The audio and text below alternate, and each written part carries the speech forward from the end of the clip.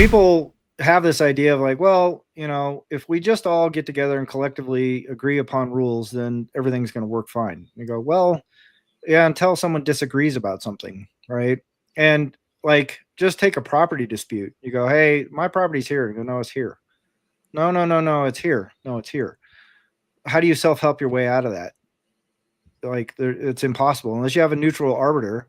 And you go, well, how do you know that person's neutral? Because if I go grab my friend, he's going to agree with me. You go grab your friend, he's going to agree with you. So now we're still in the same spot. You got the Hatfields and the McCoys. You got the Hatfields and the McCoys, and you can spawn like generational conflict from little ding dong disputes like that.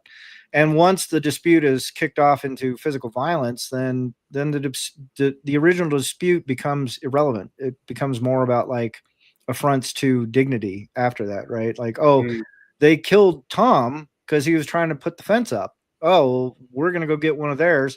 Oh, they didn't just get back at us. They made it worse. They killed Tom, like they killed Bob and Bob's son. Oh, well, now we got to go get one, and then you've got chaos again, right? Yeah.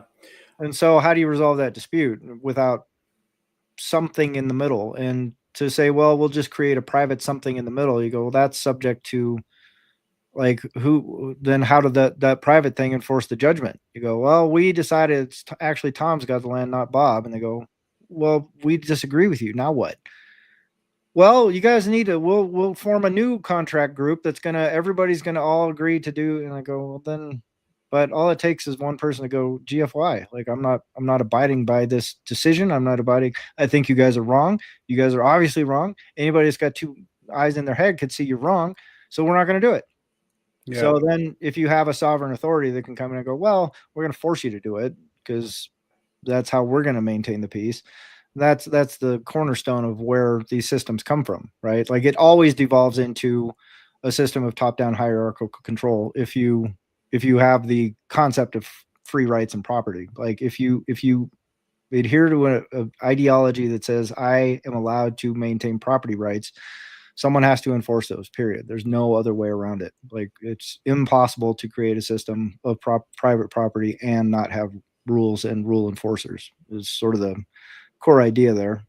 Yeah. When I think of, small to medium sized communities, even larger ones, I think of like the role of the sheriff, a long time old established in like a figure who was the reef of the Shire. And and that evolved very naturally on its own early on before it was, codified in a lot of law. It was like you had your Shire reef, and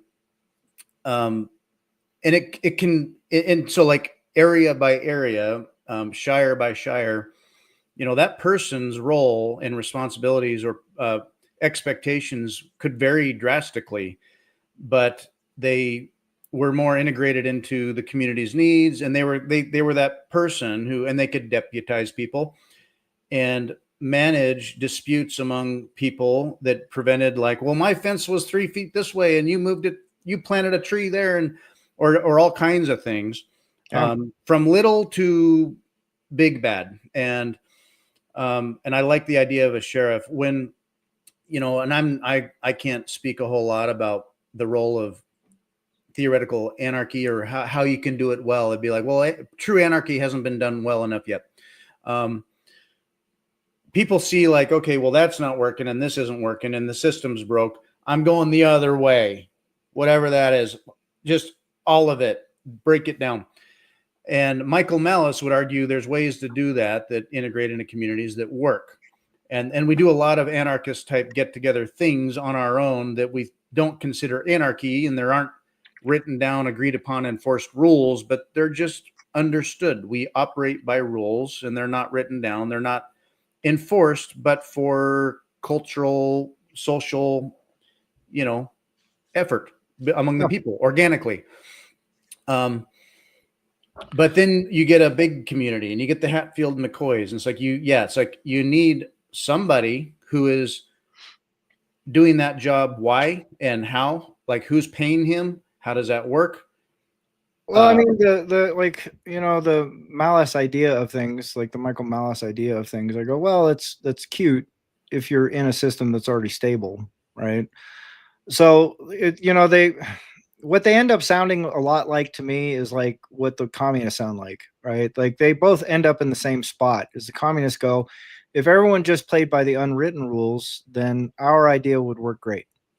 And the anarchists say, well, as long as everyone plays by the unwritten rules, then our idea works great. I go, well, but there are no rules. So neither one of those systems can work. The second you are trying to exclude somebody from valuable resources, or the second you try and lay claim to valuable resources, you are subject to a no rules game, period. Like there's no other way that unfolds. And to all the anarchists in the world, they go, oh, if we could just set up this anarchist society. And I go, well, there's a number of failed states all around the world. You could just go set up shop tomorrow, and you don't do it. Why not? Because there is no system in place to protect you while you get your group together. You are just going to get overrun by the local warlord. Like that guy's going to show up with a 50 cal on the back of a Toyota truck with a bunch of guys and carrying AK-47s, and he's just going to tell you to GFY or pay the tax, or they're just going to slaughter you. So you go, well, okay, so what we need to do to set up our anarchist utopia is to create an army that we can use to defend our anarchist utopia. And we're not going to have any rules. We're all just going to agree to do everything under the anarchist code or whatever it is, and we're all going to invade this country. And go, well, who leads that army then? Who brings you to that spot? How does any of this work? So it's like I said, if you come from a place, it's very easy to espouse these ideas and theories if you're in a stable system. But just ask anybody who lives in Somalia right now, like, what do you think about creating an anarchist utopia society here? And they go, Jesus Christ, dude, I can't even walk down the street without some guy putting a machete to my throat and threatening to take my shoes. So yeah, let's talk about that later after we get some order restored here. I don't care who does it, just as long as someone isn't putting a machete to my throat anymore. And that's like, you look at El Salvador, that's a perfect example. That was a failed state right up until Bukele went in there. And he didn't come along and go, let's all band together in anarchist joy, or let's all band together in communist joy and all work together. He said, let's come in as a dictator and use the absolute power and authority of the state to root these assholes out so we can restore some order to this country, so we can get shit done, in a better way that's more healthy for the country. But that wasn't from, voluntary association. That was from like, all right, we're going to, and it was a dice roll for that guy too. Like he talks publicly about, yeah, when we first started the state of exception and we were sending the troops out, there was no guarantee we were going to win. We were just like he said, I was praying to God. Like I was just, people go, how did you deal with that? He goes, we were all sitting in our little situation room and I was down on my knees praying, going, please God, give us the strength to get through this. Cause we don't know, because there's a very powerful gang there. But tracing back to my theory on this whole thing, you go, if you look at the international agencies that were talking to MS-13 and all that, they were saying you guys should form a political party. You go, oh, because you guys are now wielding significant enough force and control of resources that other players in the game are recognizing you as a valid thing to be reckoned with as a valid player. And that's MS-13. People that are cutting off heads and leaving them in fountains and kidnapping kids and doing all kinds of crazy shit. The other power players were like willing to accede some authority to them. And I go, that tells you everything you need to know about this game. So I like the ideas that people have. And I mean, I used to embrace them. I go, yeah, it should all be voluntary association. And that's great in theory, but voluntary association assumes no conflict and no very difficult to resolve conflicts. Right. So that's where it kind of gets sticky. I'm interested in a thought experiment where we think of it in our current frame and what makes sense now and what's happened in the world. If we imagine the great realignment and we go 100 years from now, hundreds of years from now, and we imagine a Bitcoin standard or a great realignment fulfilled, perhaps, or big changes, and we're getting to like a new equilibrium. Might that look like such sort of freedom and cohesion and management, and maybe people forget how it even got there, for sure? Could that be in egalitarian ways, that things are working out and there's a cultural mindset, the people grow up in it and they're breathing that air? Could it be that, not to call it anarchy, but it's a culture where it's very understood how things work, and there aren't a bunch of rules about it and enforcement about it. Everyone just kind of takes their own freedom and responsibility at a very wide angle. Can you Yeah. imagine that? Oh, absolutely. I mean, No. No? why not? Well, I believe there's evil, and people will steal and hurt each other. Potentially. Yeah. I So mean, if you have that, if you think that will always be, then you're going to have someone investigate, provide security, provide force, use force. And then it's kind of like, well, who should we have do that? And you can like point to like Somali gangs and militias, right. and they might be brutal. They're like very privatized, right? It's just They like are probably very one private. or two guys that make the rules, right? Yeah. But you could also examples where they're benevolent, maybe. Yeah. Well, I mean, if you go like to those Somali gangs right now, I guarantee you there are swaths of people that go, "We love these guys. Like they're great." They're Or absolutely. there's probably scenarios or times when like neighborhoods that were like protected by the mafia Yeah. like had good times there, right? Like they're being extorted for protection money, but like They happily pay. it's kind of like I kind of look at it as like just a lens. Like Mhm. I'm paying my property taxes, and it's like funding my local sheriff's office, and Mhm.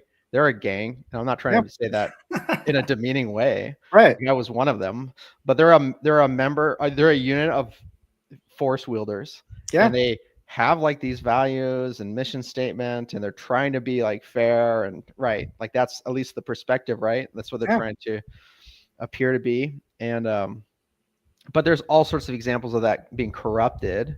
Mm.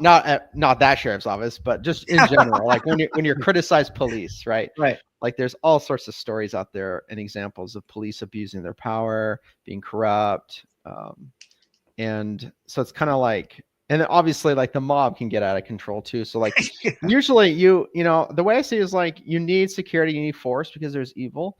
And it's just like, well, who do you want to do that? Like, I like the idea of it being like somewhat of a open market where I can like pay for a service, and we do have that. Like, there's private security, but I think it gets bogged down with regulation a lot of times. Depends on how much resources you control. Yeah, well, that's the thing is like if you control enough and you control your own security force, like there's all sorts of examples of that in history where.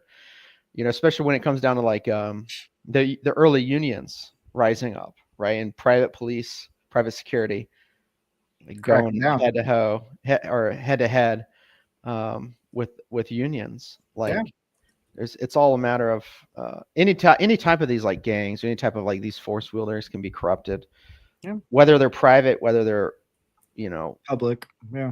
public Or public pseudo thing. public or whatever. I kind of like the idea, like maybe I'm naive of having a mix. Like there is a basic public service Right. for those folks that can't afford it, but I think it should be like minimal, and I think you should be able to opt out. Like I don't want to pay. I'd rather pay like $25 subscription for like private security that can like do what I need it to do. Yeah. Well, I mean, I think I agree with you 100%, Travis. And I think that those are sort of the thoughtful edges that I think a lot of people leave out when they start talking about this stuff, right? Is like, well, what does that really look like? And like you said, the Somali gangs, there's people, like that's private, like that's private security force on some level. Well, and it might start private and then they become dominant and they become a legitimate, I mean, that probably happens in Africa all the time. Constantly. Well, and in fact, you could just look at Zimbabwe, and that's what happened. Yeah, 100%. Right. They had like political parties with military wings. Yeah. And one side I would say they're communist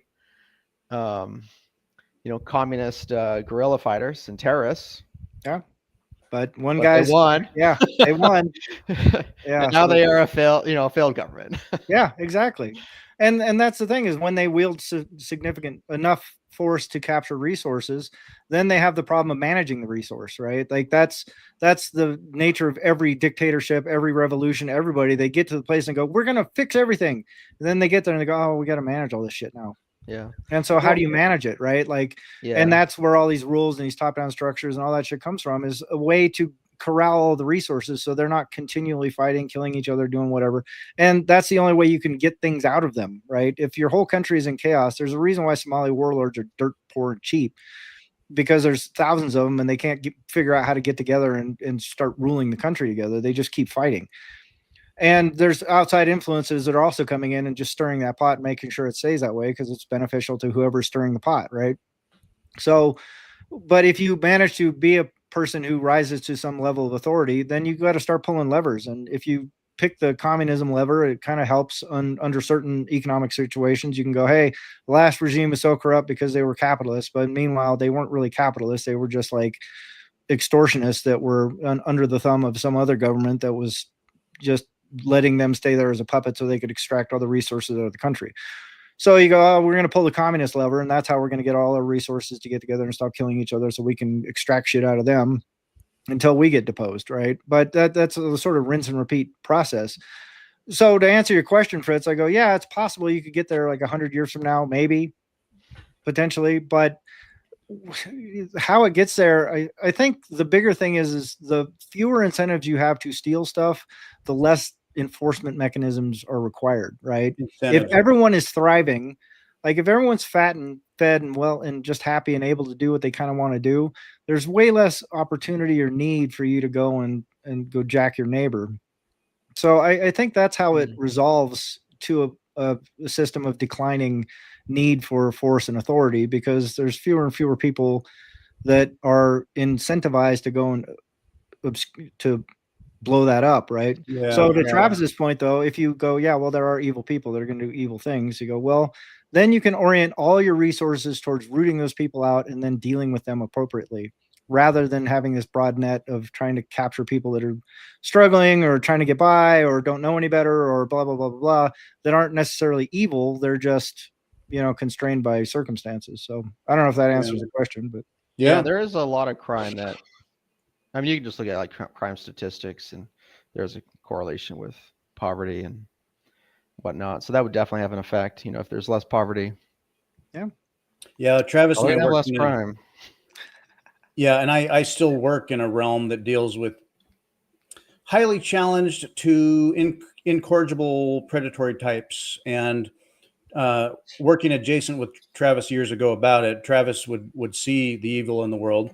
I would downstream help manage a certain aspect and overt evil in the world. And when I dive into these cases, you could often see kind of where it started and how it grew. And it was like, where were the incentives coming from? They were traumatized themselves, or they grew up in poverty. Their parents were total horrible situations. And you could see how it occurred.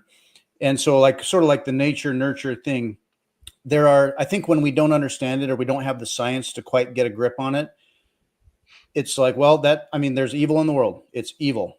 Sometimes you can get your kind of history or science around it and go, okay, here's kind of how this happened. There were incentives there. Perhaps all those incentives, socioeconomic wise, there's going to be little bubbles, there's going to be disparity, but that starts to get better and that starts to heal. And slowly with generations, it alleviates a lot of the root causes. Now, would there still be someone who's broken in their brain, biologically, something else that comes from we don't know where, demons, and there is still evil? Yes, very possibly. And so then how does a society deal with that? Like, there is a psychopath and we don't know what to do with him. Where did that come from? We don't know, but do we care? How much do we care? Maybe not a lot, because this has to stop. Yeah.